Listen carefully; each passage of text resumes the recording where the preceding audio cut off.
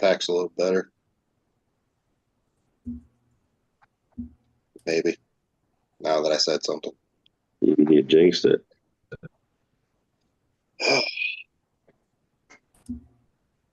I need you to actually talk tonight, Sean. I'm tired. I talk all the time. You want me to talk? I'll Yeah, she's good at talking. be nice, Sean.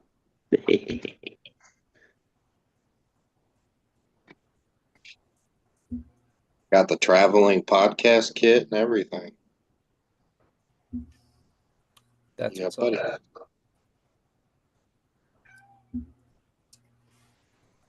Zach, you graduated film school now, right? Yeah, I graduated in July. Okay, that's what I thought.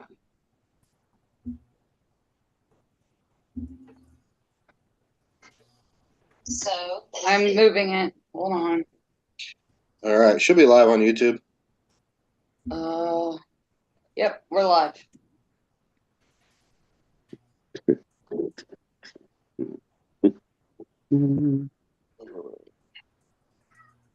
All right, Zach. Well, we're live on YouTube. We'll got a couple more minutes. We'll hit record for recording for the podcast. Is there anybody you don't want to talk shit about? Awesome. You want to talk shit about Awesome? What? You didn't hear anything I said. He was sleeping. I said, now that we're live on YouTube, is there anybody you don't want to talk shit about? There's a couple people I want to talk shit about, but it's all good. Oh, Hey, all right. Hey, I'm all for talking shit. Let's go. Well, I just made myself sound like, yeah. Yeah. You're one of those. I'll be nice. I'll be nice. that was a joke that just totally backfired on me. It did. All right. Welcome to the pre-podcast show, everybody. What is going on? Get a drink, get a snack, hang out with us for the next hour and a half with our good friend Zach from Blood Moon Paranormal. Was this your second or third time on? Second time on. Second time. Yep. Before he was just a little toddler. He was just trying to make his way in the paranormal. Now he's a superstar, and he's going to tell me and Sean the ways of the world. Superstar. Spoiler alert. Do you get nervous? Do you like do this and then? Yes.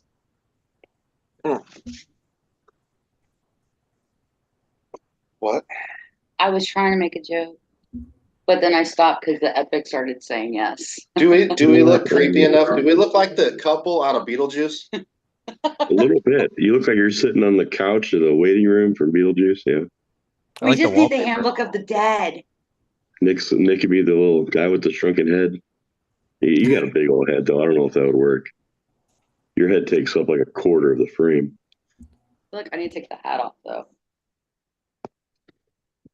I kind of dug it with the hat on there. It looked pretty good. Yeah, okay. See, I could go backwards, but then it doesn't say OWPS in the back.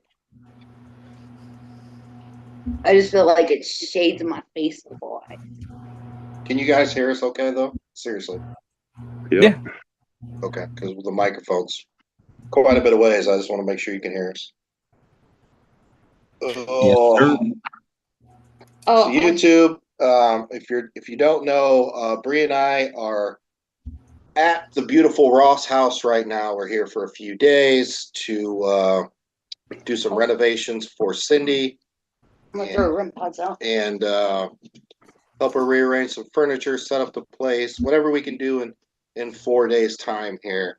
Today I say we really, they helped me take the trash out, but I took down a wall, finish up taking all the flooring, get everything out, ready to go. Got her new flooring acclimating to the new temperature of the house because it was sitting in a warehouse. Tomorrow I'll lay the floor, and then next day I'll put trim up and a bunch of other stuff, and we'll reset up the house with furniture. And pretty excited to help Cindy out. She's a great person. Oh man. They call me Bat. All right. Bat. I got 2 REM pods out. We'll see if anything comes down the stairs or through the door.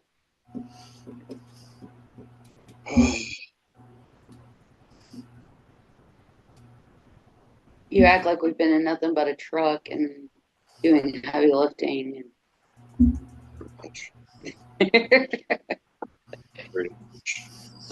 Did you guys even stop to see the Mothman when you went through West Virginia? No. What's wrong with you? Mothman ain't real, bro. You gotta touch the shiny hiney, bro. Yeah, it's a you rite gotta of see the statue. You gotta touch the hiney, and then you gotta take the dollar bill like you would a credit Yeah, card yeah. and Put it in up the crack. Yeah. It brings you good luck. Look, all I'm saying, the ghost of Mothman. Come on. That is one of It could like happen. the best stories ever. My dad actually grew up across the river from Point Pleasant. I got a lot of family down in Jackson County, and he remembers when that bridge came, when it fell, and all the stories of the Mothman, and how there was a huge military presence with the UFO sightings and whatnot. So, like, Don't he forget, actually like took me down every there a legend lot. has a root in truth somewhere. Oh yeah, but like, well, if you look at a lot of the people that are now coming forward, a lot of what my dad told me has been, if what they say is true, it is true. So So you're saying the legend of you being obsessed with wieners is slightly true. It comes from some truth. That makes me legendary. well, I don't know. I mean, I'm obsessed with Nick's wiener, but does that really make me legend? And that's our first cancellation for tonight. Let's see if we can set a record. We ain't even hit fucking record yet. I don't know if Zach is over there blushing or if it's the red lights in the background that are affecting his face. But you know what you think walked he's into, Zach. confused. Might be a little bit of both. That was You funny. know what you walked into.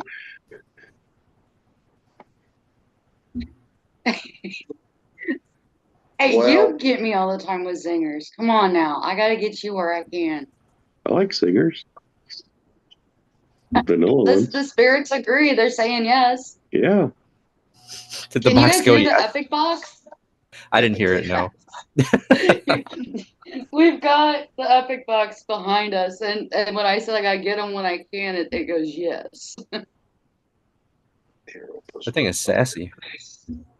It is. It We is. argue It'll with it. you will literally get in an argument with a device. It's hilarious.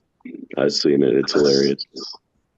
Well, what's funny is you used to tease me for it, and now you'll be like, "Who asked you for your opinion?" And I'm like, Well, guys, are you ready to hit record and? Oh, he To just record, left. Where did get he go? naked. Let's do this. Whoa, dude! Whoa! Wait, this isn't the all naked show of No, this is not your podcast? OnlyFans. That's one. I feel like I'm 126. having My bad. flashbacks from Steve Dills on Saturday night. Wait, what? Don't you remember when Steve Dills was talking to Ray and he was like, for the investigation, our clothes optional? Hey, there could be some Anyways. serious money in that. Anyway, All right, hit record. You ready to go, Sean? my God, let's do it. Welcome back to the Old World Paranormal Podcast, episode 125. For those of you watching us on YouTube, welcome. Thank you for joining the show. Please be sure to hit that subscribe button because Nick really wants one of those little silver plaques to hang up in the background of his office. And that'd be pretty cool. So if We you are do us only that solid, 500 subscribers away we from are. that plaque. We're so close we can't even smell it. But yeah, if you do us that favor, that'd be awesome. I think it'd be really cool for us to do that. Also, for those of you watching, Nick and Bree are very bluish right now. They're also a little ways away from the normal location of sometimes Bree's office because they are at the Ross House where Carboni Flooring, the one-man band over there, is making the place beautiful in the beginning stages, actually. replacing a floor right now. Took out a wall, so doing a lot of work over there to make that place look even better. So super excited to see what that looks like when it's done. Be sure to follow and like Carboni Flooring on Facebook. Take a look at some of the work they've done. It's amazing. He does amazing work. So my house is going to be on the list at some point in time too.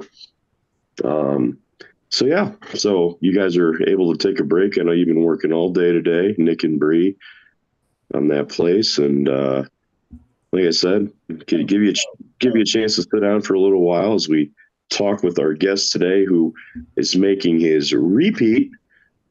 We were saying before we what to say, yes or no? Said Nick's no. holding, He said we were Nick's working holding an hard epic all day. box. Oh, okay. So you guys have been slacking. The epic box does not lie. But yeah, making his repeat appearance. First time we had him on, he was just a wee lad, making his way in the world, struggling to be a filmmaker, struggling to make wonderful content. And I'll tell you what, since we've had him on last, he has made leaps and bounds, doing some amazing stuff. For Blood Moon Paranormal, we have Zach Wenzel. Zach is the lead investigator of Blood Moon Paranormal. He's also the owner of Fear Moon Media, a recent graduate of the Los Angeles Film School. That's pretty awesome, especially, and we've been following your progress over, man, a couple years at least, seems like. Finally able to do that. And there's a new project coming up here at the Joliet Correctional Center that we want to touch on today, too. But please welcome back to the show, Mr. Zach Wenzel. Zach, thanks for taking the time out to hang out with us goofballs for a while. Thank you for having me. It's great to be back. Absolutely. I see the other half is possibly going to join us at some point tonight, possibly, maybe. In the chat, she is busy working on photos because she just became a full-time photographer. So okay, I'll tell you what. Let's start off this episode talking about that. Why don't you blow her up, tell everybody about her, and where they can contact her to get some incredible photography. Yeah, absolutely. So my girlfriend is Emily Fusion. She runs Dark Tricks Photography LLC, and she is a professional photographer. She specializes in darker photography, but she's pretty what's the word, like she can do other stuff as well. She's versatile. Versatile. There's the word. That's the word. Yeah, that's the word I'm looking for. There you go. So she does like concert photography. She does haunted attraction photography, landscape portraits, wedding photography. You name it, she does it. And for a reasonable price for the quality you get in the amount that you get. So Dark Tricks Photography, and she just became full-time. So she can travel now and everything. So there you go. Book your session, book your wedding, book anything you need photography-wise. Because I think Nick, myself, and Bree can all speak to the fact that her work is absolutely amazing. Oh, yeah. 100%. You know, I got to kind of toot our own horn here. Let me pull a page out of the Donald Trump book here. Oh, my gosh. It's huge. It's huge. Huge. Nick has little hands, too. I'm just going to say, all Zach's fame and Emily's fame is really because of me and you, Sean. You know, when we had them come to the Bell, nobody knew who they were. And now we put they're them like right up front. famous. Yeah, we put them right up front, too. Displayed Emily's pictures, and I'm just waiting for a thank you from them. Thank you for their career. It'll be in the book, I think. Thank you guys so much. You know, because of you guys, I gotta find a pen. We got the big plaque, the huge plaque. It's huge. Huge. Is it huge? It's the most shiniest. Made in China. Huge. Nobody makes plaques like these just for Zach. The shiniest plaque of all the plaques. It was a one-of-a-kind plaque. Beautiful people. Beautiful dogs. Beautiful. Crooked Hillary, she don't have a plaque. Oh, my goodness. I'm just kidding, Zach, man. I'm just glad to, seeing you, 3 years ago, and even from, the last 3 years, how far you guys have come.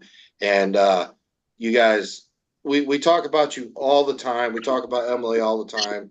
We're so proud of what you guys have accomplished, and we look forward to Sky's the limit for you two, seriously. We're For real. trying out here. That's for sure. I think we even talked about you on the last podcast. Your name came up, and we talked about you. So yeah, we really love you guys. I mean, um, whenever we are talking about great content structure, and photography, I mean, your names, you and Emily, always come up in the conversation, and definitely proud to see where you've gotten yourself to and what comes in the future. So, um, let's start off tonight by talking about on Facebook the other day. I got a notification that you posted something, and I clicked the link, and then this link took me to some Blood Moon merch, which looked really cool. There's a T-shirt that I think I'm probably going to get, because last time you guys didn't have fat people size, so I couldn't get one from you. Nick's like, yep. So let's talk about Project Limestone. This is, I believe, October, is it 12th or 21st? That this October is 17th. I was close, somewhere in between there. So let's talk about Project Limestone. What's this all about?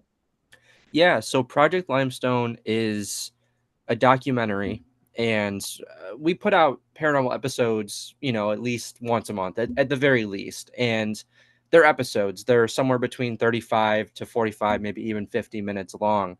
So it's something that you would see on a time slot on TV, that the length that we do. And we usually just spend one night slash day filming those episodes. And I wanted to take the next step, and because I just graduated film school and I was, doing film school during the time we filmed this, I wanted to take the next step and actually create a larger documentary off of what we usually do, and just make it the quality like 10 times better. And so that's what we did. We started filming it last year, 2023, in July of 2023. And it was supposed to be done filming in September of 2023, but then we hit a brick wall where it just got tossed right in front of us. And we go into that in the documentary. It almost didn't release because I didn't have an ending for it, a proper ending. And after months and months and months and months of trying to plan out this ending for what I originally had for this, I was able to come up with something that would be a proper ending and be 10 times better what I originally had. And all of this documentary, it's all about the old Joliet prison here in Joliet, Illinois, literally 10 minutes from my house. It's a very special place to me, and that's why I selected this one to be that spot. Plus, we did one of our episodes there prior hand, and it was such an active night. So I'm like, this is a good spot. 10 minutes from home, it's active, and not many people go there because of the price is really expensive, and it's only skyrocketed since. So that's the unfortunate part. We kind of dive into that and the issues with the prison in our documentary as well, more towards the end. It's I don't want to go too far into detail with it, but it's a very emotional ending. Did anybody else hear a cat right then? Or a My cat. cat. That was my Okay. cat. Yeah. I'm like, that's so not us this time, but So yeah, I think the last time that we had you on the show, I think you had talked about how the prices were rising and things like that. There was a big situation going on where you guys weren't even sure that you were going to be involved anymore. I remember parts of the conversation, but I know that you were not happy about what was going on. So have things changed enough there for you in a positive way, or is it still steadily increasing toward craziness? It's definitely still increasing towards craziness. And like I said, that's something we really dive into in the documentary. And we got a lot of people involved in this, more than people even know about. And it really exposes some of the stuff that's been going on there. Yes, it's a paranormal documentary, right? That's what it is on the outside. If you just see it real quickly, you're seeing that it's a paranormal documentary. But really, at the end of the day, towards the end of this, the final act of this, it's an investigative expose of what's happening at this prison. So, Ooh. Anything that you can talk about now, to kind of give people a Reader's Digest version of what to expect in that regard? Or yeah. So, we do, obviously, we still do some investigating. We filmed a lot of investigating there. Um, in the first half of this documentary, we're talking about the main side of the prison. Okay. So the main side of the prison, it's, if you're looking on the street, it's to the left. It's the original part of it that was built in the 1850s. We talk about the history. We talk about um, the inmates that were there, but not only just that, but we correct some information that has been spread about the place that is not true at all. So, and we have not only just like from historians or from books, we're talking people who have talked directly to the former wardens of this Mm, prison. And we even get involved and talk to a former guard there who tells us stories that happened and in the famous inmates that or infamous, I should say, inmates that he's met. So we talk about that. And then we do our investigation of the main side. And then after that, so this is act 2 going into it, we go to a place that has never had a proper investigation done in it. It's across the street at the former women's side of the prison. This side of the prison was built in the 1890s. The women were there from 1890 to the 1930s. They were then moved out, sent down south to Dwight, Illinois, in which they moved the RNC into that building. So it was like a processing unit for all of Illinois. So we're talking like,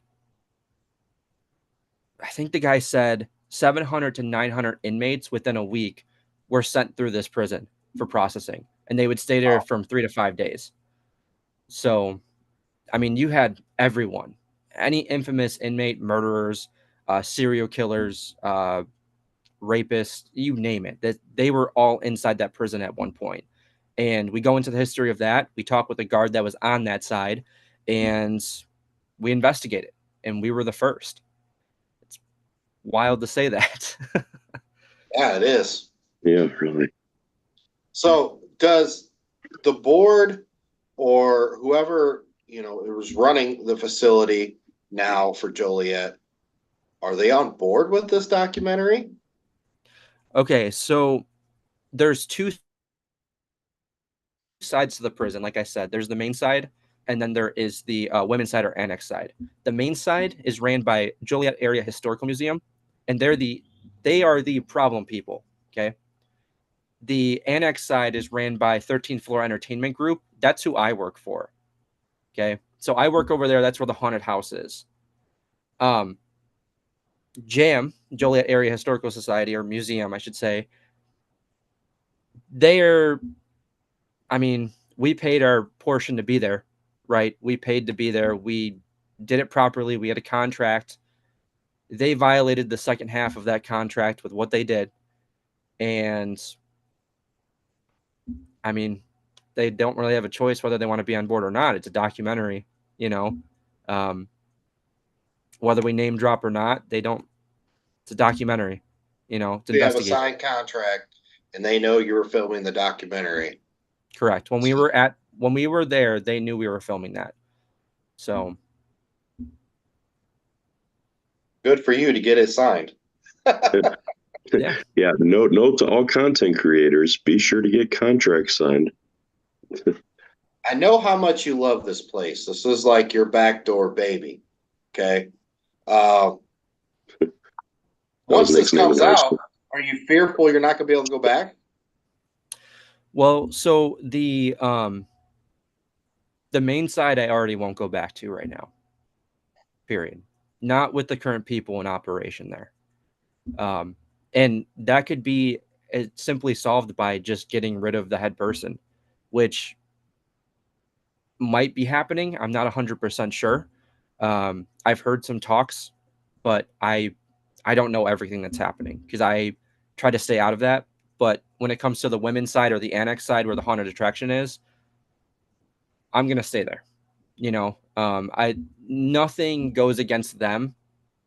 So none of my documentary has anything to do with them besides our portion of investigating their side of the prison. So I'll be fine on that side. If I have that side, I'm good. So Now, Sean and myself, and including Bree, we have spoken out a lot about location owners, individuals, teams, sketchy fucking people. Okay, the past few months. Are you saying that it's possibly something like that, or is it just because the structure of how they're running it and how much they're trying to make people shell out to come there? Is that the issue? Well, there's a does lot. this go? Okay, so Well, let him answer the question. right, but I wanted to piggyback off your question and do like a part B once he answers you. Okay, well, let him answer. So I want to know this shit. I mean, this all comes down to not even just price, but like, I mean, I don't know if you've seen the articles. There's been articles about it, but mass firings, loss of money, loss of artifacts. There's so much happening here that, yeah, I mean, it's beyond just them. Like, I mean, they violated our contract. We had a contract with them. They found a loophole to get out of the contract, canceled every single paranormal tour and investigation that they had on their schedule, and made an excuse for it. And then when everybody was complaining about it, that's when they bumped the prices up really high. So that way it's like, okay, if you really want to do this, then you're going to pay on our terms. So, okay? Walk me through this. They found a loophole in your contract that has something to do with you and your filming production coming in to do this documentary. So somewhere they get pissed. They cancel other people's They cancel every single thing, investigations. every single paranormal investigation that they had scheduled there, they canceled. The only one they could not cancel was the one with Chris Fleming because of the way the contract was. They weren't allowed to because people already paid money for it. can I do my part B real quick? Okay, do your part. Because I'm like, so this goes back to what Dave Schrader did a live about in like August of 2023. And it like Dave doesn't just do like impromptus. He's always scheduled with his paranormal 60 thing that he does.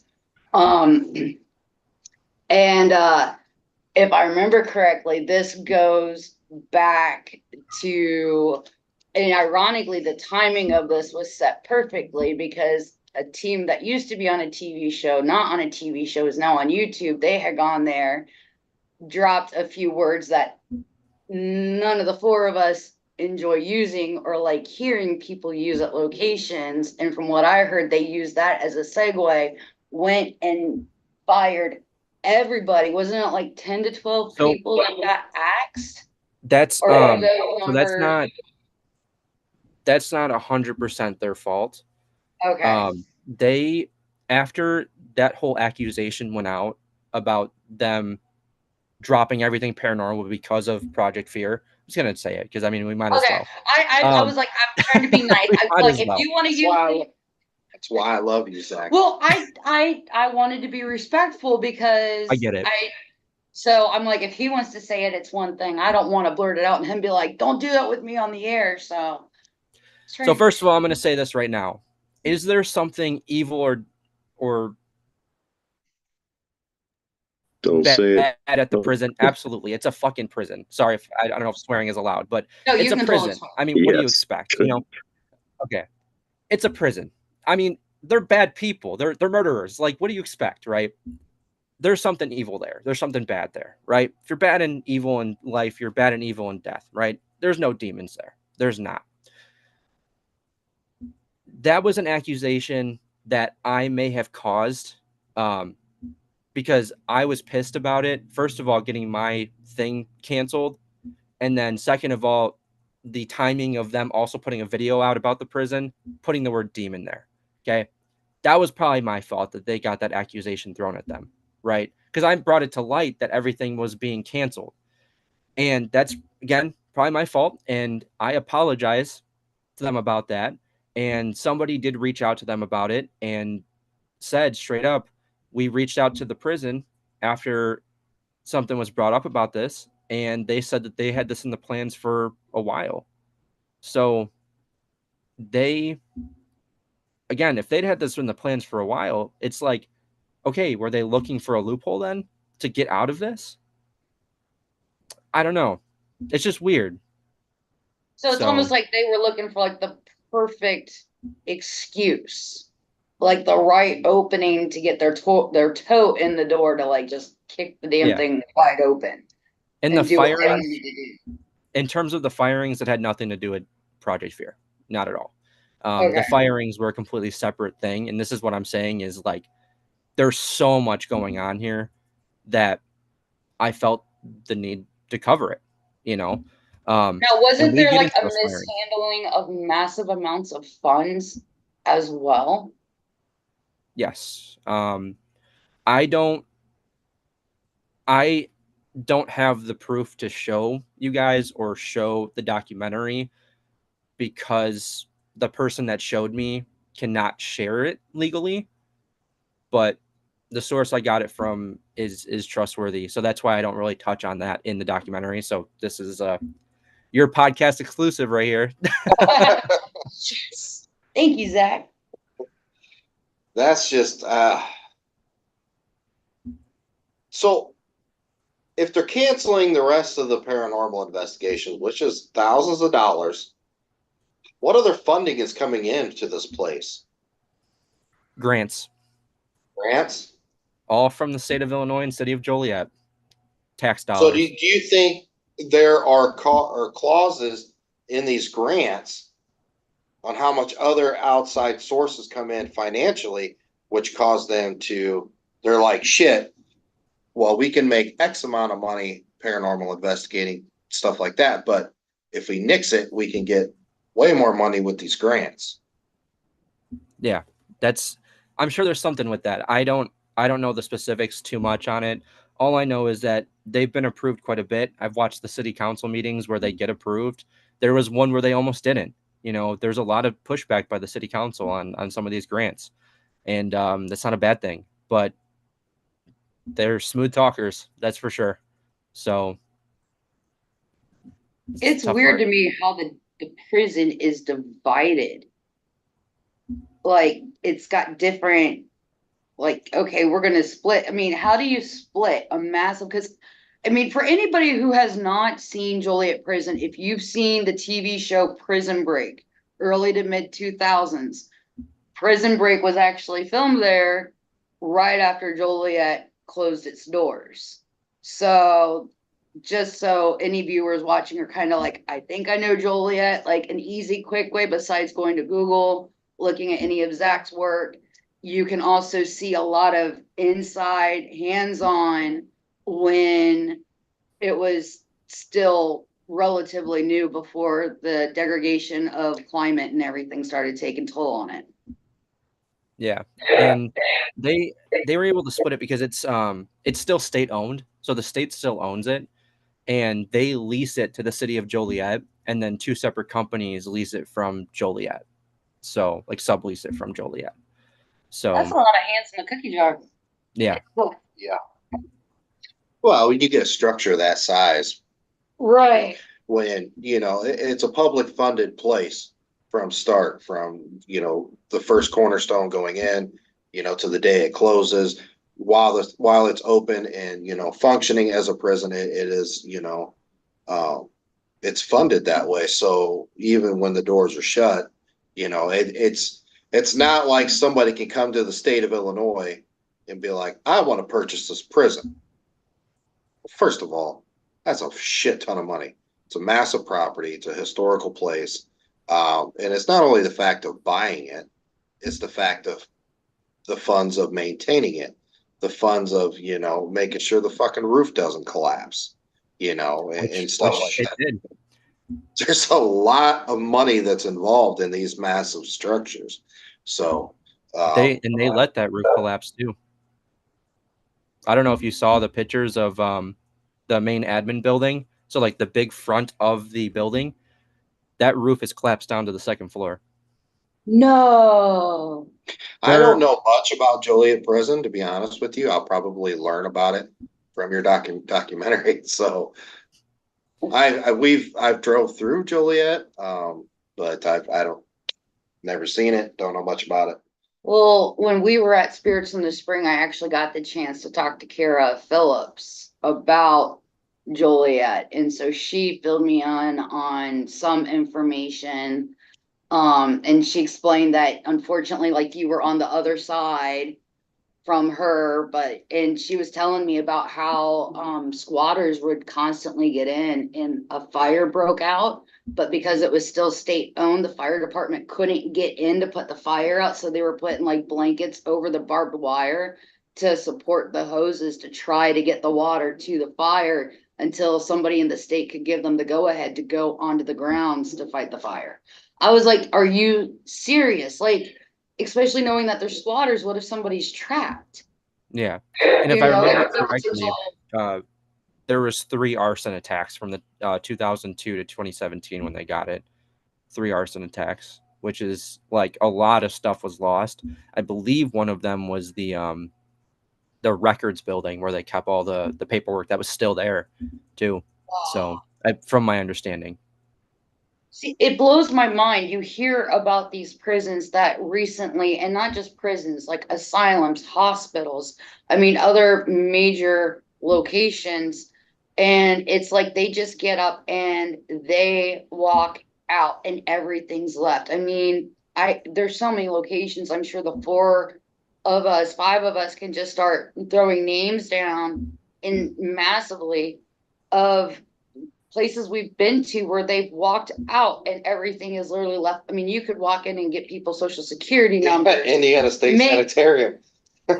Well, I remember walking into some rooms and I literally had to crawl over massive piles of files and paperwork just to get in these rooms. Yeah. Like they literally just said, we're done, we're closed. And they up and just. It's like they just vanished. They just walked out. Like they clocked out for the day and never came back to work. Right. Letchworth Village in New York that I went and highlighted there last year. And for those that are watching, if you know, a lot of people hear of Letchworth, but they don't always know the background. And Letchworth was known, they proudly proclaimed publicly that the patients that they had were basically their human guinea pigs. But what people don't also know is that we did get the polio vaccination that we use to this day from Letchworth medical facilities. But it's like they just closed up and walked out. I remember seeing like a doctor's office and there were files just strewn all across the desk and the filing cabinet tipped over with patient names, numbers, social security. I was like, oh my goodness. Like those are a lot of voters. Like a lot of voters. Those are a lot of dead voters, man. I'm just saying.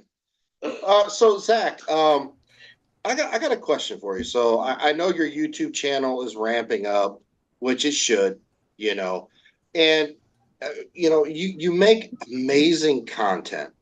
Okay, you got an excellent storyline. The way you can edit things, put it all together, it's very intriguing. My question to you, and especially with this documentary, and I don't know what your intentions is with it. I don't know, if you're trying to get it on a bigger network per se, or if this is just strictly for your YouTube.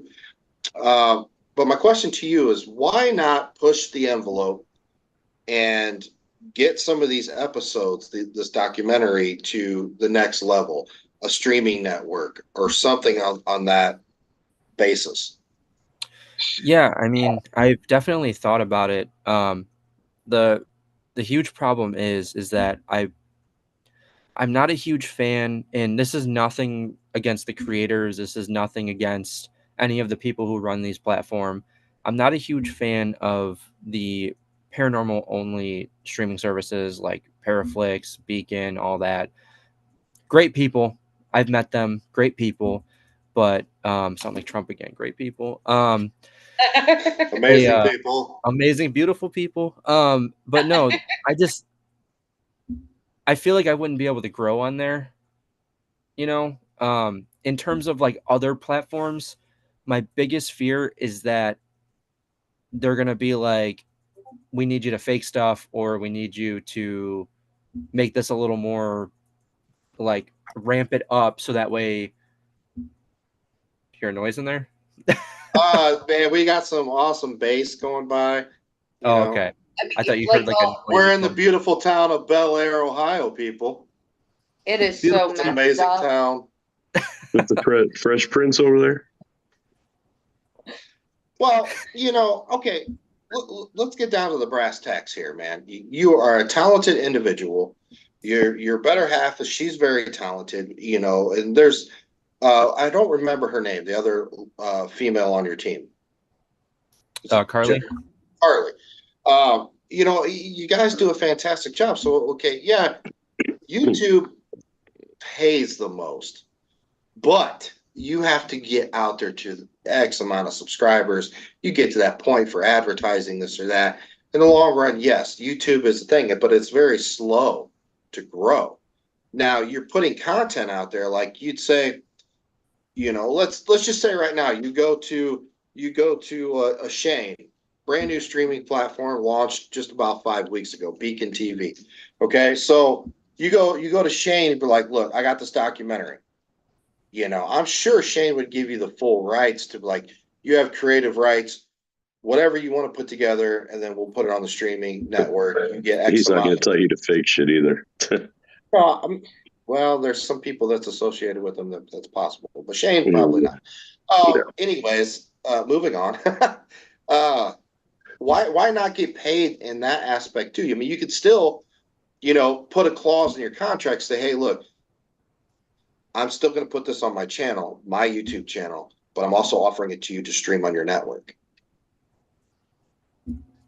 I mean, that's possible. I could do something like that. I think also, and again, this is nothing against them. The contract that Paraflix initially offered me wasn't a fan. Yeah. I mean, and I'll be open and honest about it. They wanted to give me a 5-year contract where they basically owned my name, and where the only thing I could post on my YouTube channel, and this was in the contract, was just the behind the scenes and trailers and stuff. I couldn't post like our actual content. Mm. And this was like them starting out, so maybe it was because of that. I don't know, but I just wasn't a fan. Again, nothing against Paraflix. I'm sure hopefully they've changed from that. It just wasn't for me. So Well, you got Scare Network TV with Billy and Sean Austin. yeah, I mean, I'm sure there's some that I could reach out to. Or, okay, here's another flip side. We had Matt Benton on about a month ago, another film guy. I don't know Matt as well as I know you, Zach. But he's made some money on dropping them in, what are those indie film things, or what are they called, Sean? Like film Yeah, the independent films. independent films and stuff like that. I think he dropped his on Amazon Prime as well, or it's on Amazon to watch or something like that. And that's something that I've considered because it is a little easier to push it onto Amazon. Um, I just, as much as I love this documentary, and I put a lot of work into it, and I think it's a great documentary, and I think it's one of my best pieces of work. I don't think I'm ready for it. And I have plans. I have plans to make another larger scale documentary like this. Going to be filming next year, and I'm going to push it to go on some type of streaming platform. We got to film it first, obviously. We'll see how filming goes. And if we get jack shit, then can't really do much with it. But I'm not going to fake stuff to get there. That's for Right. sure.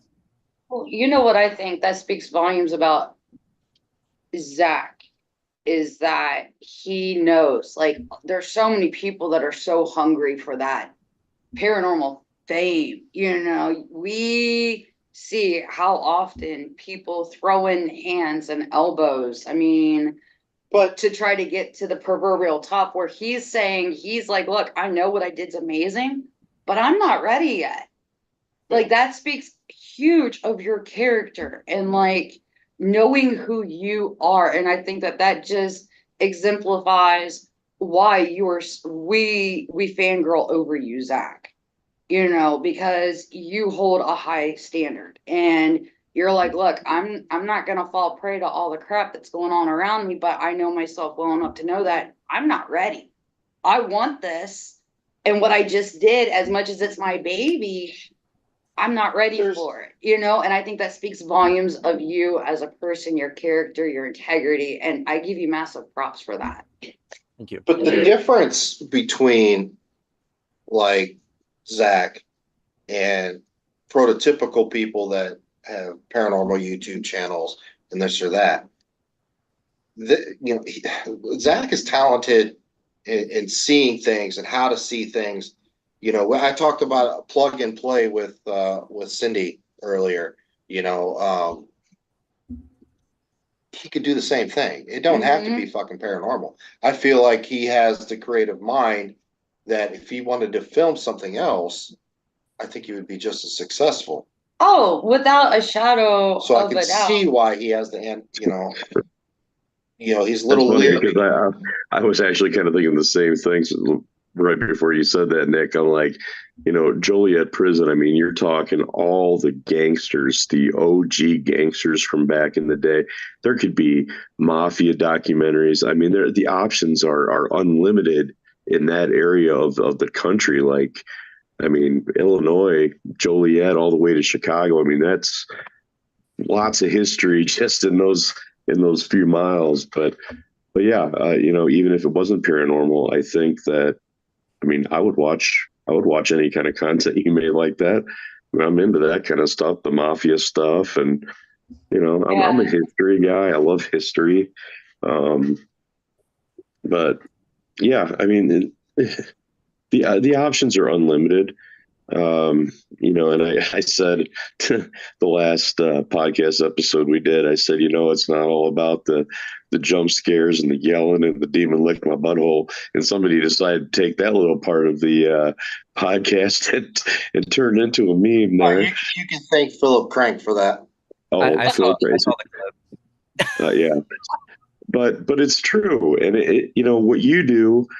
I mean, it sounds like we're making Zach like feel like the god of the paranormal universe. I know, but your content does exactly what content like that should do. Here's what it is. I'm going to put a little bit of creepy music or creepy light, something to get the vibe, but I'm not gonna try and pull the wool over your eyes because people know better. And you're and they fall for a lot of the fake YouTube channels and stuff. And yeah, that's true. I mean, I think I've seen you put demon in one of your YouTube videos, and you were absolutely making fun of the whole situation. It wasn't even. It was one video, and it's at the Monroe house, and the whole time we're trying to debunk the fact that there's not demons there, and it's our most disliked video. Yeah. Yeah, I remember that. I was like, no, Zach. And then I looked at it and I'm like, oh, okay. I get it. We cool. It was to prove a point too. It was to prove a point because like there was some individuals that were saying I need to get out of a box and I need to start, putting some demon stuff in the titles and I'll actually get somewhere. And that video, like I said, is the most disliked video on my channel and it has very little views compared to most of our videos. So I'm like, look, I tried it. I did it. There's a scary little demon in the corner too. Did you see it? Yeah. It don't work. Well, one thing that I think speaks volumes for you too, Zach, is that you speak the truth. And I want to put this out there. If you guys don't follow Zach on platforms you need to, he doesn't back down and he puts the truth out there. Like I was following you before I got in the paranormal.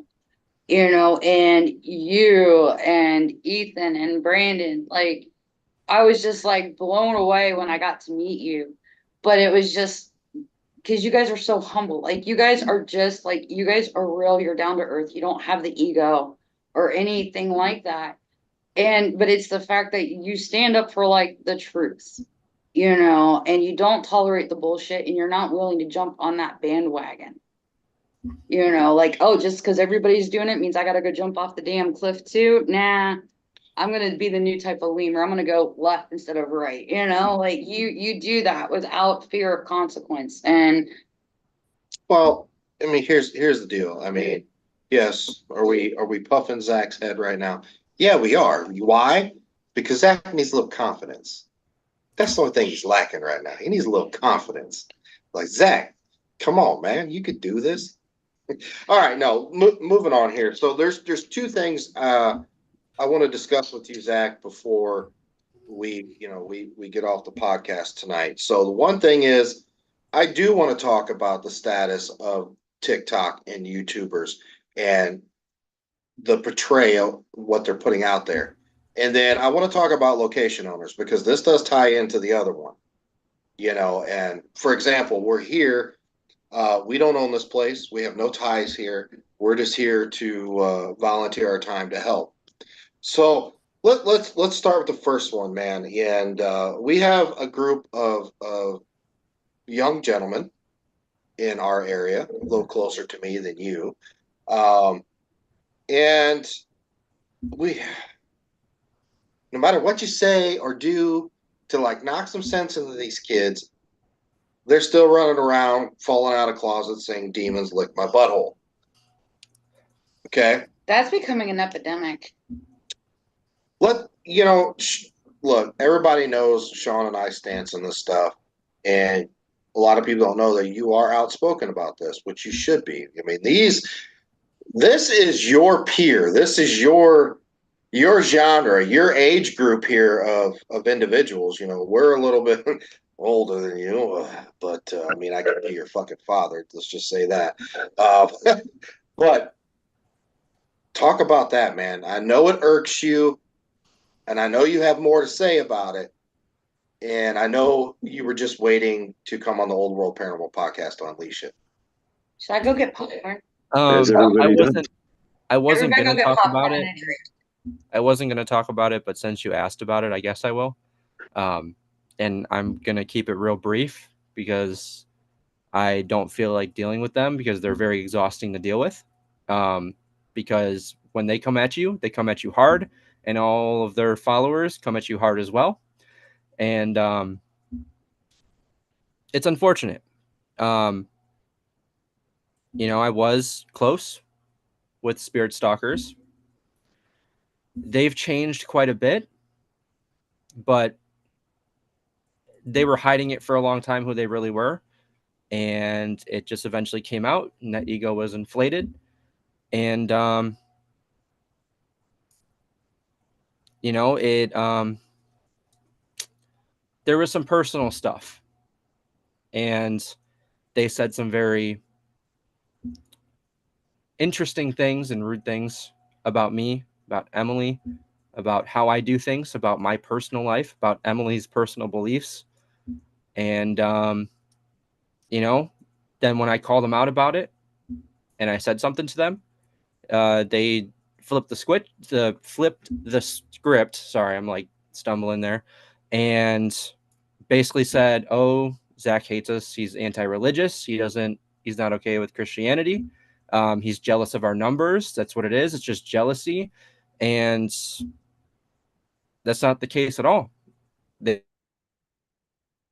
said some personal shit, talk shit about me, and I called it out. And they faked some stuff, and I called out them faking some stuff. I called out them, lying about being alone at ISS during ISS Con. They weren't there alone. The shadow figure that they caught is Brandon from Exploring Revenants. He was walking down the staircase during a live. I was in his live. I saw him walk down the stairs and see them in that area filming. Caught them in a couple lies and called them out on it. but I'm the one that's anti-religious, despite having people who are both Christian and Catholic in my crew, and dating a Wiccan. And I'm jealous of their following that they pulled from TikTok Live and whatever. And they can call it what they want, but the reality is it came down to personal shit, and they have no accountability. That's just the reality of it.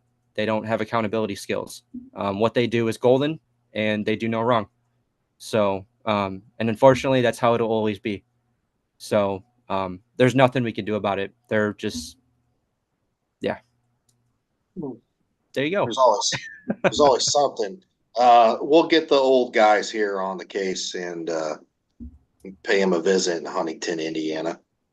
That's on you. I'm not telling you to do that. No, we've had conversations. I've had them at the Bell, when they first started, and they were good kids. And my daughter, she went out investigating with them, and then they end up flipping this fucking script with this. We're justifying our demonic bullshit because we're Christians. Yeah, and again, shit. Like Look, I said, I understand their age. What Noah? What just turned 19? Yeah, and Zach, they're actually terrified of me. Like, Yeah. I've never done anything to them or spoken out about them. The last time they saw me in person, like, I thought they were gonna pee themselves. They didn't realize that we were there. They saw Nick, they were like, "Hi, Nick," and they looked over at me and they were like, yeah, see, and that's the thing though, is like I hate the demon stuff. I really do. But I stopped caring if other people do it or not, because at this point, no one's gonna stop. They're not gonna stop. You just have to be the change. You can't enforce it, because they're not gonna stop. It's only gonna push them to do it more, right? It's my issue with them is so much more personal level, and they've convinced other creators and other fans that I hate them because of their religion and because I'm jealous of their numbers, and it's not true. Like, it's just not true, and it's unfortunate because some of those creators I was friends with, but at the same time, if they're looking after spirit stalkers, then they're probably just clout chasing, so that's what it comes down to. And I have a better group of people that I'm involved with. I'm talking like Exploring Revenants Paranormal. Tommy Tombstone is a good friend of mine.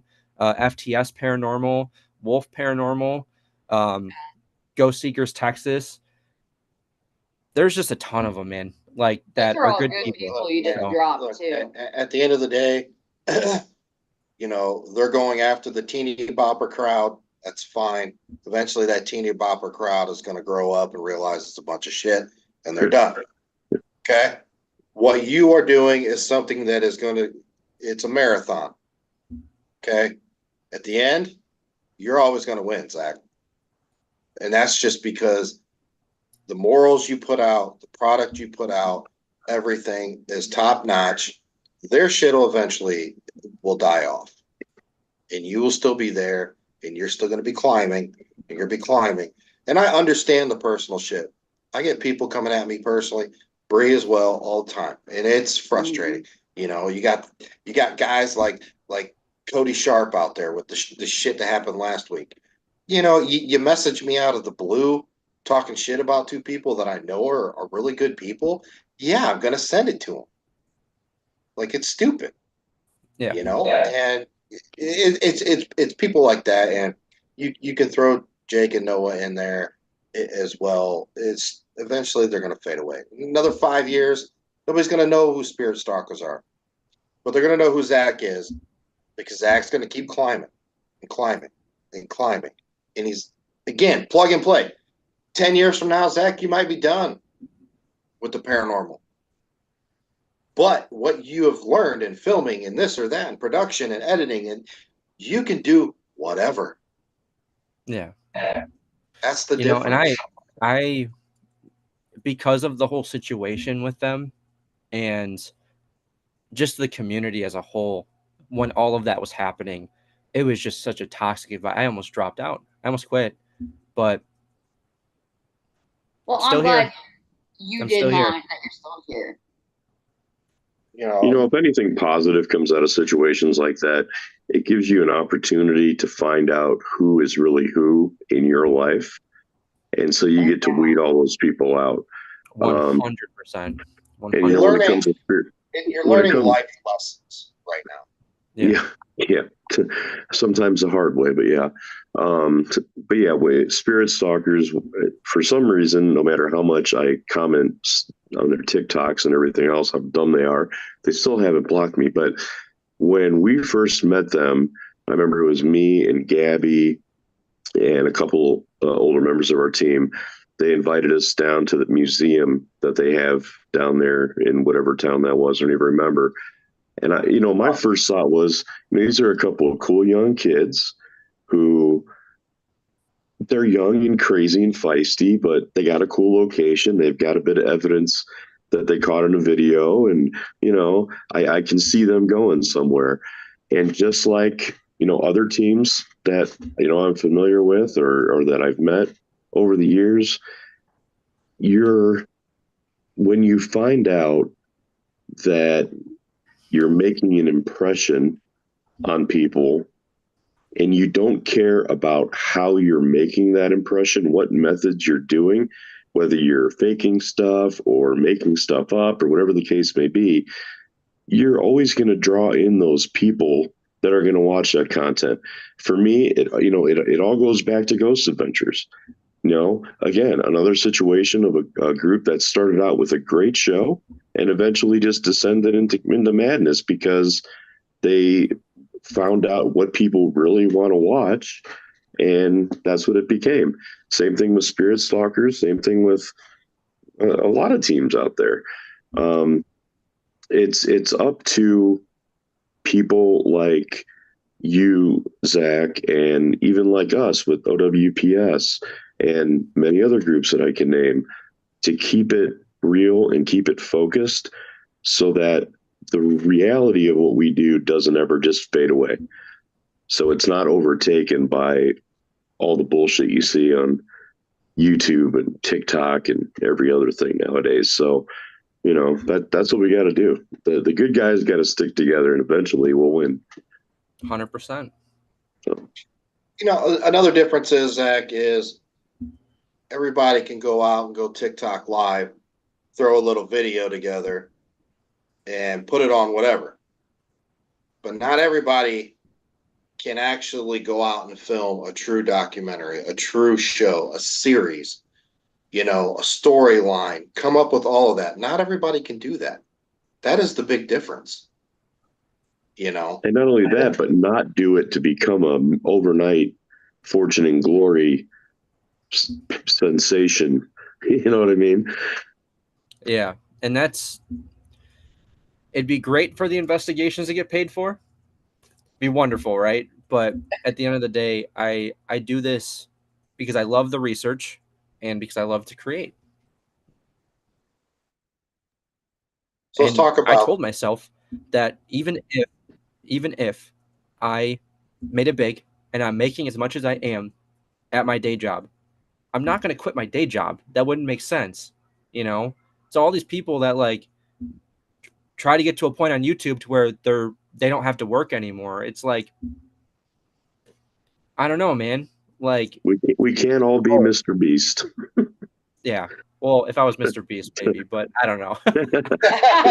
maybe you should maybe you should reach out to him and get some funding. Say, hey, let's come on in with me in this documentary. You want to send me like $100,000 real quick? Right? I'll make some cool shit. He might make you go through an obstacle course to get it, but dude, I might fail, but I'll do it. Eat like 100 of each of his new flavors of his candy bars that he now has. And then do the obstacle course. Candy bars. Yeah. I didn't know who this dude was until her daughter was watching like something on YouTube, and I'm like, who is this fucking smug? And they're like, yeah, dude, that's Mr. Beast. Like, he's like the richest guy, blah, blah, blah. I'm like, I've never heard of this dude. I do like his content. I won't lie. I do like his content. He seems like a pretty good dude. Yeah. So let's piggyback off, A lot these of piggybacking going on tonight with you two. Yeah, You well, and Bree, the it's called piggyback club. tired as hell, man. Anyway, so there was a little thing that went down a while back. A location in Wisconsin where the boys skipped out on paying the bill, and a lot of people didn't know it. So Zach's like, "Bro, putting this on social media, this ain't right," which is good because this needs to be brought up because these location owners, man, look, if we didn't have location owners, people spending their own money to buy locations, to open these up for all of us to go out and have fun or film or do this, all these investigations. We don't have a field. And everybody wants to take advantage of these location owners for their own, as Sean would say, fortune and glory. And that needs to stop. We need to help these people. If they buy something, they want to fix it up. A location and they need funding and stuff like that. That's what we're for, But going out for your own good to make money, to make your own money, but then try to skip out on the bill because your dumbass runs out of the building an hour into your investigation or whatever it was, and you feel like you don't need to pay that bill. Now that's wrong. That's wrong. You book that place. You walk in that door, bills paid. Yeah, it was bullshit. And that's, all of the stuff that was happening with them had really died down. And then I found out about this and I'm like, fuck it. I'm calling them out. Like, I'm not going to stand down to this. They already have issues with me. It's not like I'm starting new beef. They already have issues with me. So I might as well be the one that just says something, And, yeah, because they were claiming a ton of stuff. The only reason why I found out about it was because they were trying to say that a demon was attached to them from that location and was following them and doing a bunch of stuff. And I sent it over to the owner and I said, "Did you know about this?" Because we were going to investigate there in a couple months. I'm like, I was just curious. Like, did you know about this? And he's like, he went on a whole rant about it, rightfully so. And then that's when he dropped the ball on me that they didn't pay the bill for it. And I'm like, nope, calling him out. And that's what I did. I took it to Facebook, I took it to Twitter, and I made it public. And then, yeah, Twitter is like the battlegrounds. It's the worst. It's a good thing I don't have a Twitter. I actually commented on his post and I was like, I will die on this hill with you. And that's when they removed me off. They stopped following me that day. And I was like, oh, well. Yeah. And then that night, they decided to go TikTok live and call out everybody that wronged them. Okay. Before they went live, they ended up paying their bill and saying that they just forgot. Okay. So I'm like, all right, job done. They paid their bill. Job done. But then they went live and they started spewing some bullshit that wasn't true. Again, they make me out as the bad guy. I'm anti-religious. I'm jealous of their numbers, all this stuff, and they're name dropping. And it's like, dude, okay, then I'm going to defend myself. Pop in the chat. I say, that's not true. That's all I said. Instantly. Blocked from commenting. Okay. All right. So I go ahead and I call him. I go ahead and I call Jake Bruce on the phone while he's live. And he goes, hang on, guys.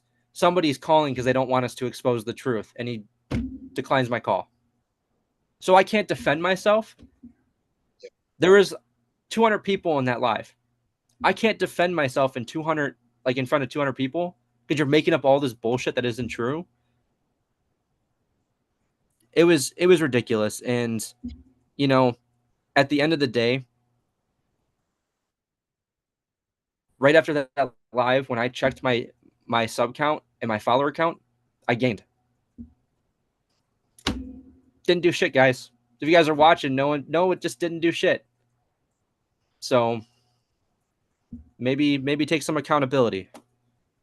Yeah, obviously the owner of this location is, Bree calls him dad. Like he is near and dear to our heart. Yeah. That location's there He's a near great and dear. guy. And Yes. that night he sent a screenshot and text me. And I'm like, what the fuck? And he sent us the Bree. And she goes ape shit. Like she's ready to go full pit bull. And he's actually talking her off the ledge. She's like, look, they paid. It's all done. And Zach like, got this. yeah, I'm like, He Is that what actually he told said? me, yeah, he goes, Bree, I need to muzzle you. Zach's got this. And I was like, okay, I see. And then that's when like you made the post on Twitter, and I was like, I made the comment, I will die on this hill with you. Cause I was like, okay, I was told to keep my mouth shut, like I was muzzled, but it was my way of letting you know, like, hey, I've got an intimate tie to this place and the owner. Like, I've got you. I've got every side of you. I will go down shooting, kicking, and screaming. Like, Yeah. And that's, they're getting banned from places. There's quite a few people who have just outright said, oh, I saw the stuff on Twitter and Facebook and they're banned from here. And I'm like, that's on you. And they're saying that people are going out and telling locations to ban them. And I'm like, that's not, I have never once told a location, ban them from your place, because I wouldn't want that to happen to me. right. So why would I do that to them? I'm not going to stoop to that level of pettiness, So I've never gone out of my way and done that. But I don't know if they're referencing me or someone else, if someone else is doing it. But as far as I know, no one else is even saying to ban them. They're getting themselves banned. Right. Again, it's that lack of accountability. It's everyone else's fault. Right. Well, the owner didn't say that like anything about like you banning them. He was saying like he was like, Zach went into pit bull mode. Like, I'm putting your muzzle on. I need you to stand down. Cause he knew like I was ready to go. He called you, didn't he? But he has so much love and appreciation. I can say this for what you did that night. And like during that time, that meant the world to him because he was like, I mean, that building is like, and I can understand.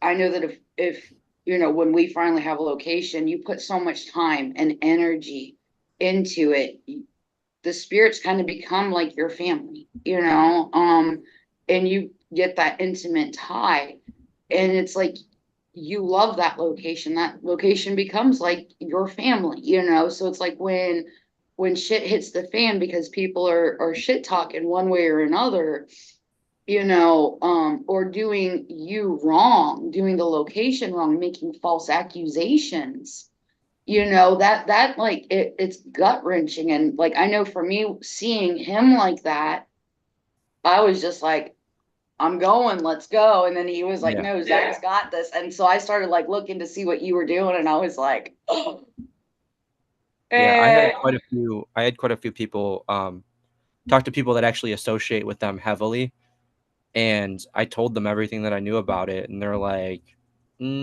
okay, we're not really fucking with them right now. So um that was interesting conversations to have with those individuals, because those are people that support them heavily, and they reached out to me about it, and I just told them the truth. And they still support them, which is fine. You do you, whatever. I'm not gonna change your mind on this, but I mean, at least know a little bit of who they are as people.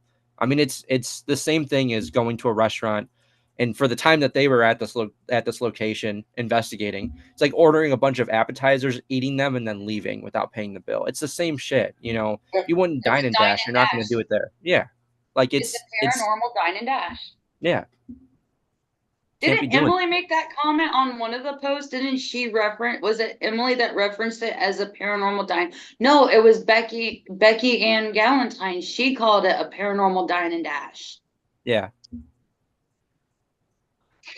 yeah, it's Becky unfortunate. Galentine, she's I mean, she's called them out quite a bit as well.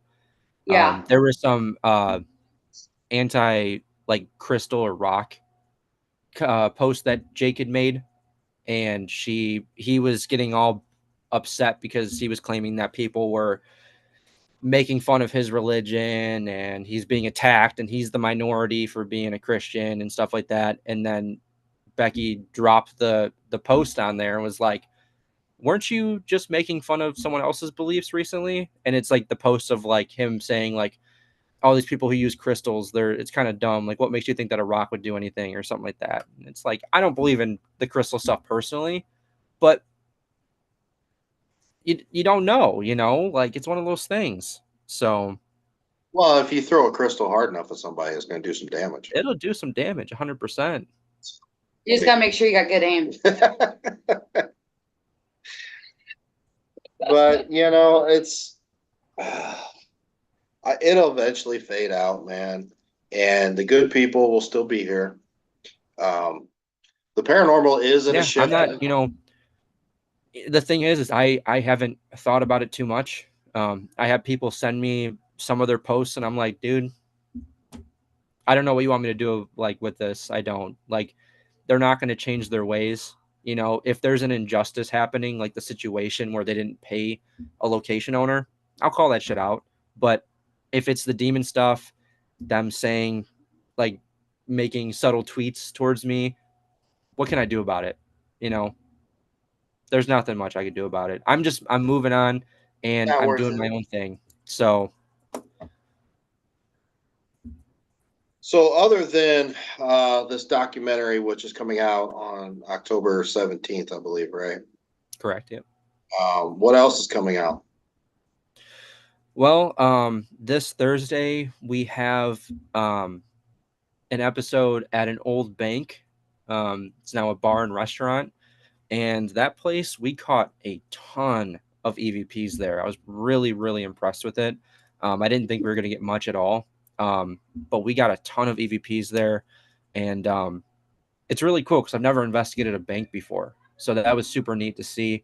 And it's local, so it was another one of those locals. We've been doing a lot of local stuff recently, and next year it's going to be our main focus. We're going to only travel out to a couple of locations to actually investigate them, but we built out such a reputation out this way that we have businesses and historic buildings that are messaging us and saying, hey, come film an episode at our place. We think it might be haunted. I'm like, sure, like I'll do it. Locals Yay! do really good, and I'm really happy with how they turn out because it's super unique. No one's doing that out this way, and people love haunted shit in Illinois.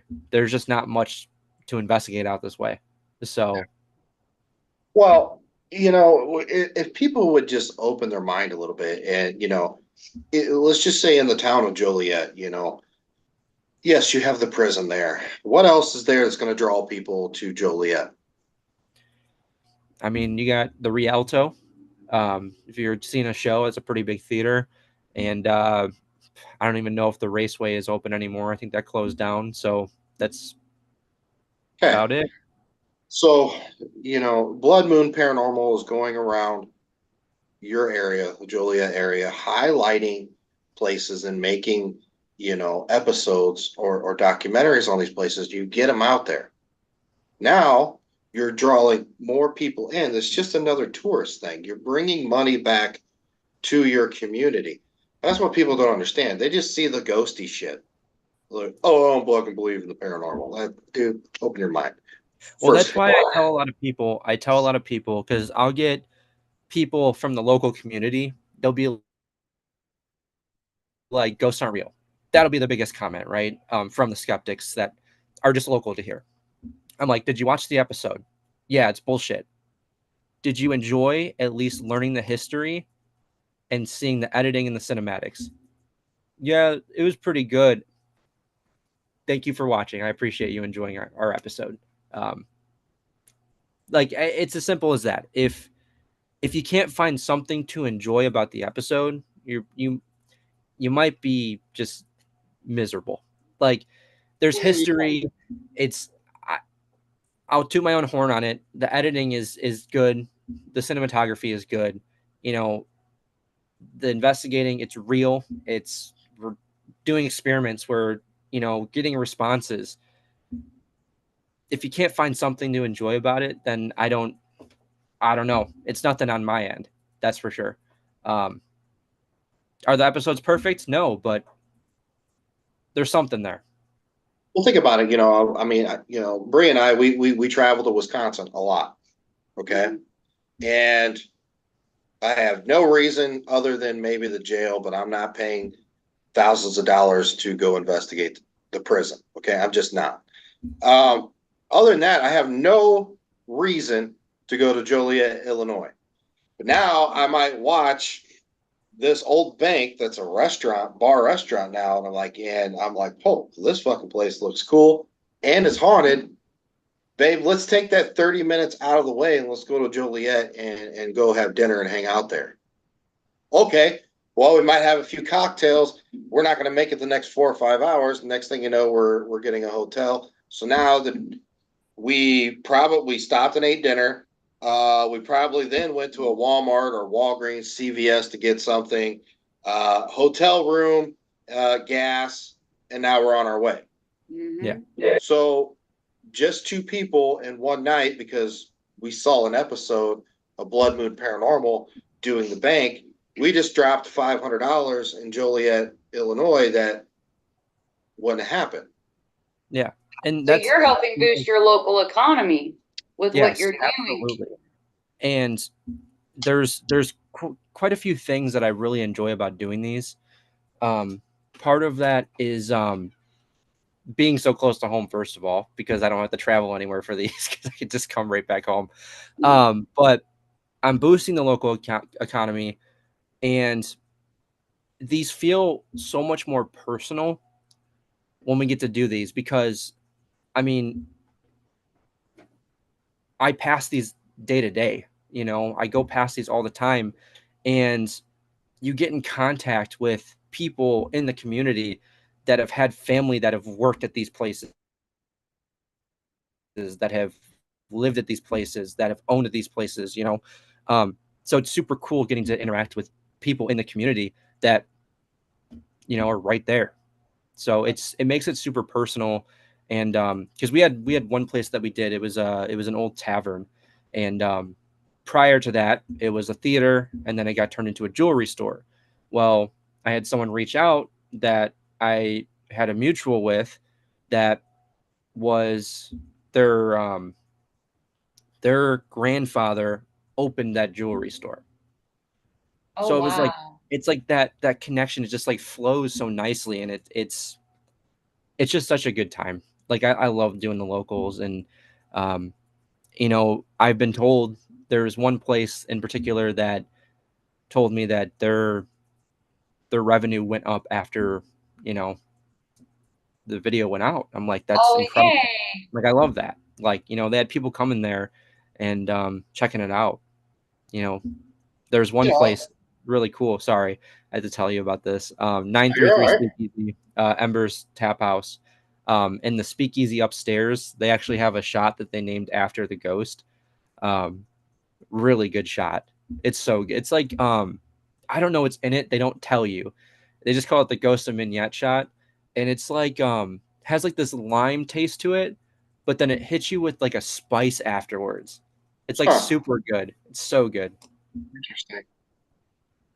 No, it's important, and I get phone calls all the time about Fort Wayne. Well, I got people coming in from out of town. Where can we go investigate? And I'm like, out here in Fort Wayne, you got 3 options. 1, I'm not really going to tell you to go there anymore. 2, they only do it every so often. And 3, is a business that doesn't close until midnight. We don't have a whole lot in Fort Wayne, and it sucks. Very old conservative town in that aspect, but Joliet has a lot of history, being, that close to the Chicagoland area, and this or that. And it's amazing that the community is opening their arms to you and seeing that you're not just some knucklehead coming in there wanting to film for his own glory. No, this is your hometown. This is your backyard. You're very passionate. You love your community. This is almost like paying it forward or giving it back. Like, let me promote your business. Let me make a documentary. Let me see if I can help you. And that's what it's all about right there. Yeah. And who knows, because of that, and maybe even here in Fort Wayne as time goes by, what other locations that haven't been made public yet that things are going on at will come out of the woodwork because of that. So, it's a domino effect. Here's this guy who's doing this with this place, and the place that I own here, there's some stuff going on here. Maybe we should check it out, and who knows what could happen. Yeah. And, ever since the prison kind of stopped their paranormal stuff and, up that price to a ridiculous price to deter people, there's not a location within an hour and a half of here, really, that offers it. There's like a couple of smaller ones that it's like hit or miss that they might offer it, but there might be one soon. So what you mean? You what you mean, Zach? You take that as you will.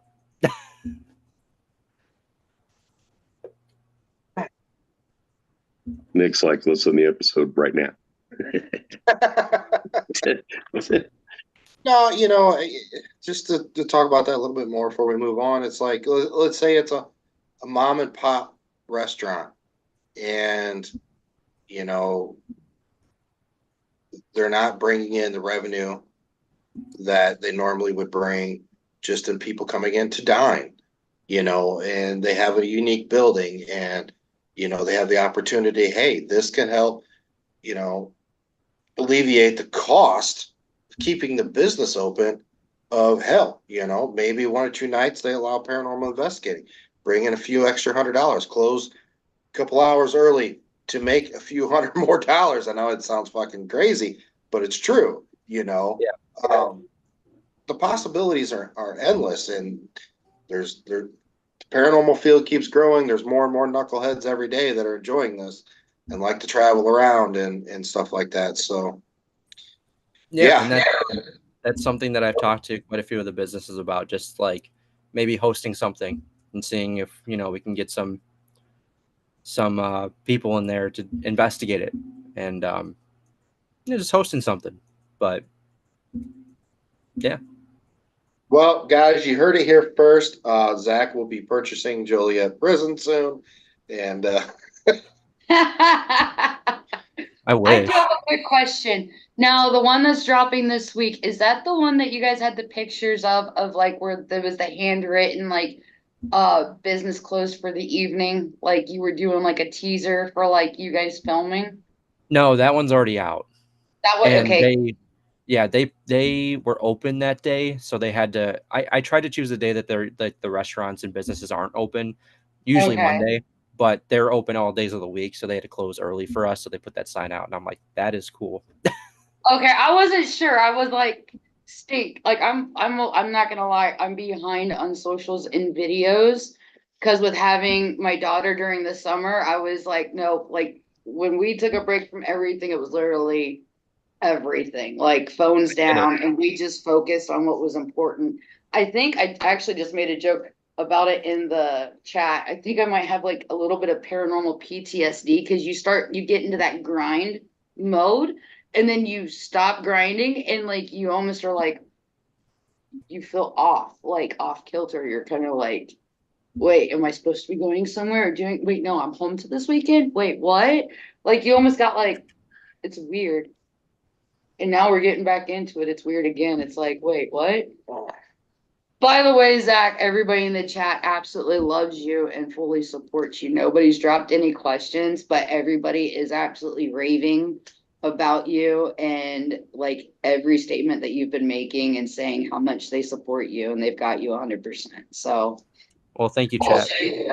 And when you get rich and famous, Nick and I will be waiting for the check.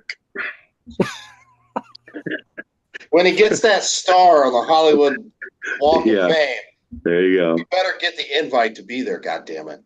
Well, you know that the people who get those, they still have to pay for those. What? Really? It's like Really? 200. It's like $250,000. Like they'll Is tell it you that like, you're are they paying an eligible. insurance premium for their star? They'll tell you that you're eligible and then be like, but if you want it, it's 250 grand or something like that. I'm like, no thanks. Well, someday it might be just like $25 to you. Right. Well, those are like the people that are getting those too. Like they're like, that's couch change. Hold on, we lift the cushion. You know? Well, you know what? That actually brings up something I want to ask here. So, in the future, for you, I mean, you're still young. How old are you now? 24. Oh my gosh. Okay, so I'm like twice your age. Um, Wow, you in weren't your lying. We really could be his parents. Yeah, right, Gabby's 24. yeah. In your future, are you in any way looking at doing feature films or Like directing, narrative? producing? Are we looking at, big time cinema, or are you wanting to keep it simple, documentary wise, things like that? What's the plan 20 years from now? What do you want to be? Like narrative projects? Okay. Like, is that what you're talking about? Narrative No, I projects? mean, do you want to do movies? I mean, do you want to do Yeah. like Avengers, big Well, movies? not Avengers, but Well, yeah, not um, Avengers, but yeah. James Wan films, horror movies, things like Yeah. that. Film major. He's talking about narratives. Yeah. Major motion pictures. Yeah. I do have quite a few ideas in my head about what I want to write about in terms of like narrative projects. And I do have quite a few friends that are going to Columbia out here, which is like an in-person film school.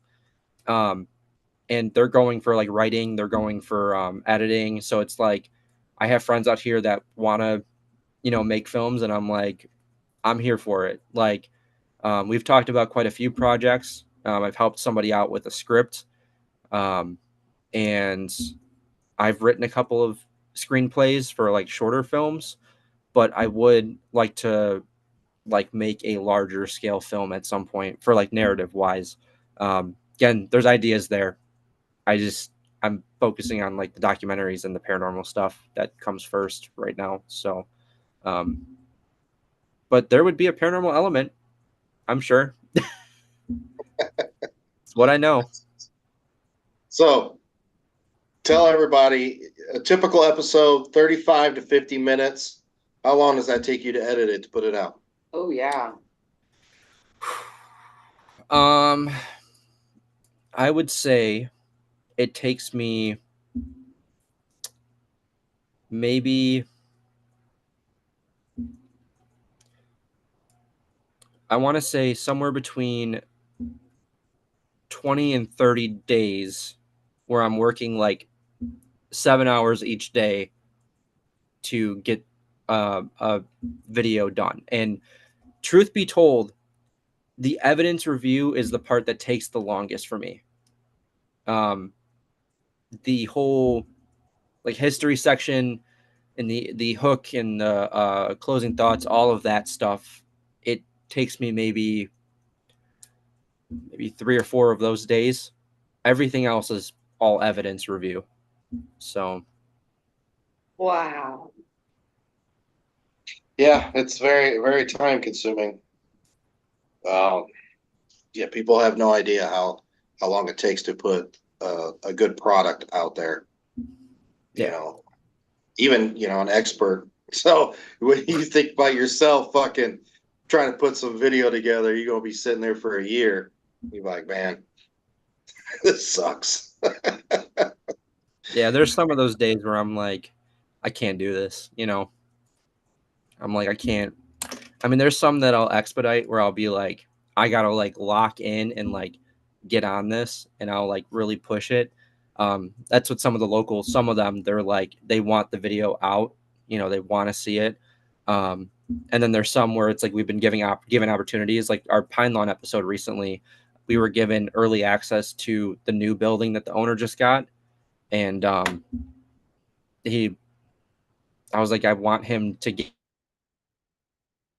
bookings. That's what I want. I want him to give bookings. So I made sure that one got rushed out. And yeah, so that's what I did with that one.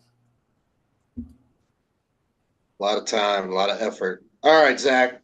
3 famous questions. You ready for them? Let's do it. All right. Let's see here. Tell all our listeners across the globe, 40 plus countries, Zach, tell us something interesting or weird fact about yourself that most people don't know. That's tough. Weird fact. I used to do magic. Used to be a magician in middle school. How'd that go over with the ladies? Not very well. Not very well. You mean that's not how you got Emily? Come on. I was gonna say that's what she came. She came from the hat, and their energy. Couldn't figure out how to make her disappear again. So, Oh my god. Oh, Lord. Your first date with Emily, did you pull out the magic tricks? No, I did not. I'm glad I didn't. Might have lost her because of that, But no, I'm just kidding. No, I didn't. Still glad I didn't. The first date was kind of weird though. I won't go into that, but funny story, Nick. In my garage right now, I still have a box full of all of my old magic tricks. Well, you're just a nerd. Yeah, I just stumbled across some decks of cards I had the other day, and I was like, "Wow, I didn't know I still had those." Yeah. Stuck next to your Wienermobile. No, I don't have one of those yet. Anyways, Anyway. all right, moving on. All right, so Zach, you do a lot of filming, a lot of investigating. There are a lot of quirky dinners like Mexican before investigations and barbecue and stuff like that. But we won't get into the dinner. Tell us what kind of snacks and drinks you prefer while you're out filming or investigating. well, we always get pizza. I always order pizza to the place. Sometimes I try to DoorDash it, but you know how it goes in these places. There's no service, no DoorDashers, and no place to eat. So pizza is usually the go-to. I don't usually snack too much throughout the night. I'll just have the pizza, and then in terms of drinks, I always go for a Ghost. So Right.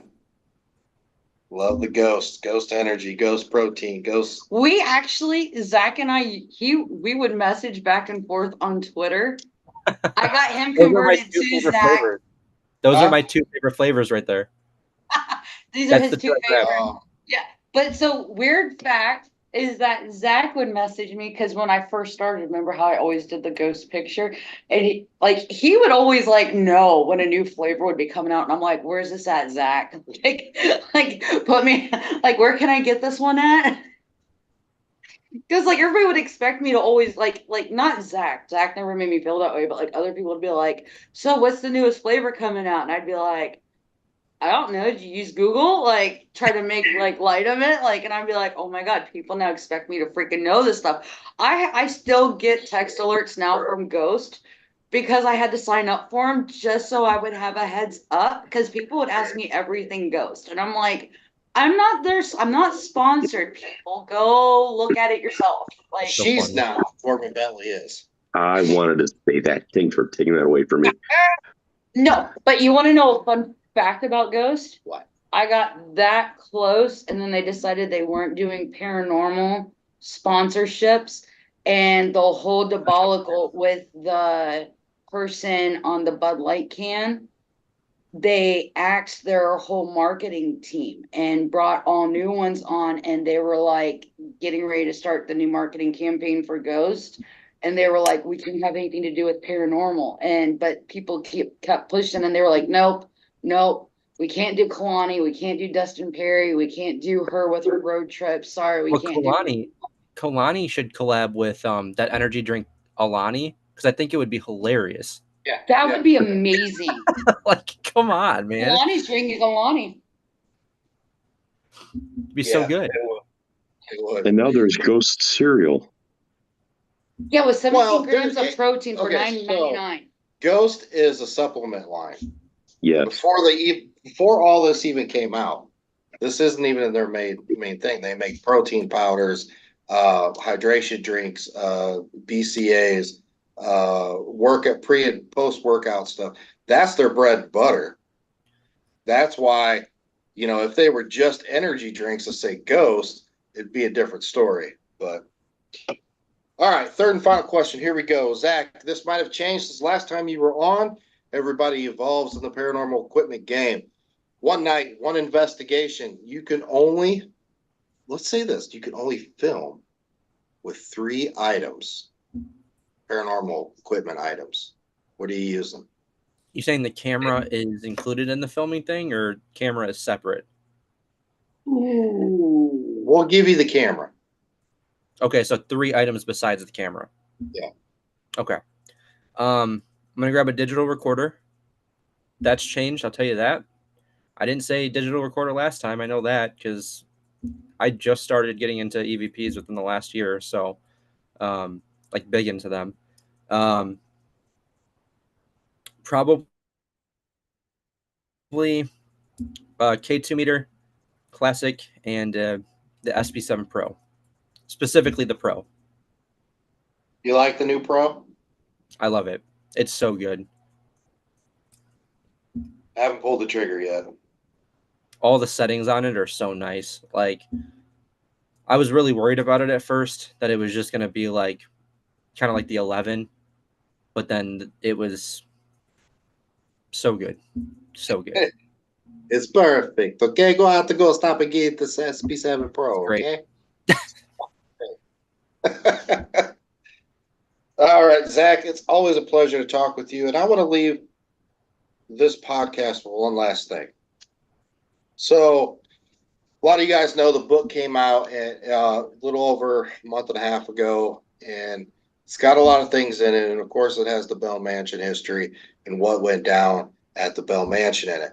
But I want to bring this up because this gentleman here and his lovely counterpart, Emily, were the first people outside of my circle that I had, very first people to come up to me and say, Nick, are you okay? Very first people.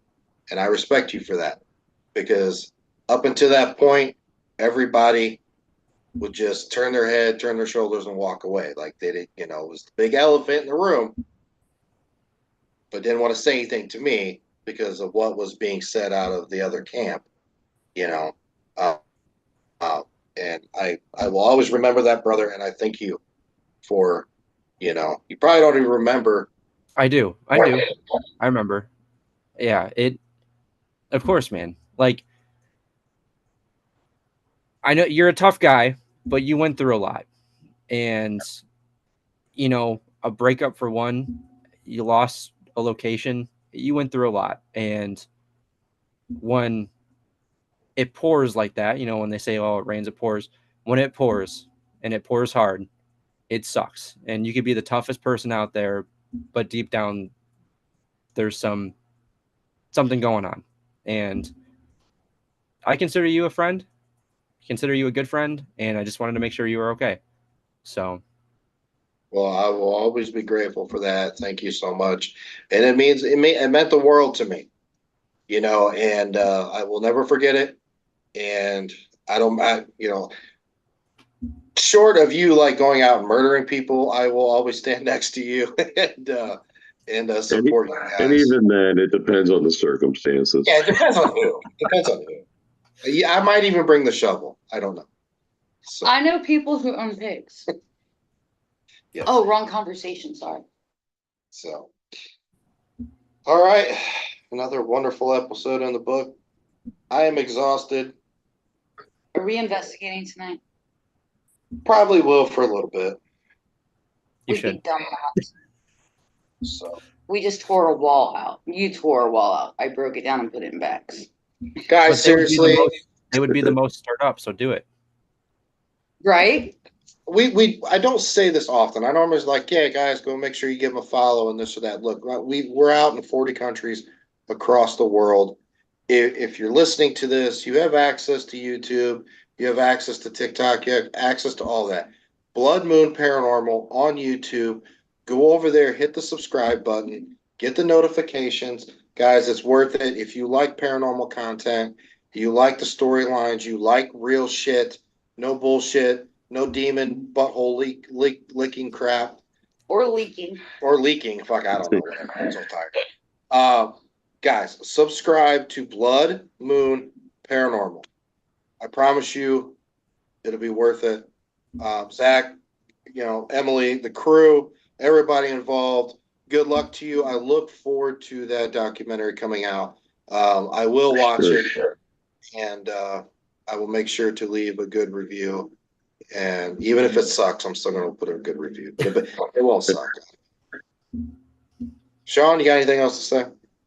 Man, you pretty much summed it up, Nick. Like we said, Zach, you're one of our most favorite people. We're so happy and proud to see where you're at right now. And, the future is yours, man. I can't wait to see what happens next in the adventures of Blood Moon Paranormal and Dark Tricks Photography, for that matter. So we definitely need to connect together at some point here in the near future. And It'll be huge. Beautiful connection. Greatest collab of all time. Most beautiful It'll be great. It'll be the collaboration. greatest collab ever. There'll be no collab ever like it before or since or ever. We'll do something. I don't do it good like you guys do. I'm shutting up. Okay. But yes, definitely. We need to collab sometime in the future here and get together. And we wish you nothing but the best, man, for sure. Thank you so much. I appreciate that. Until next time, guys. We'll see you. See ya.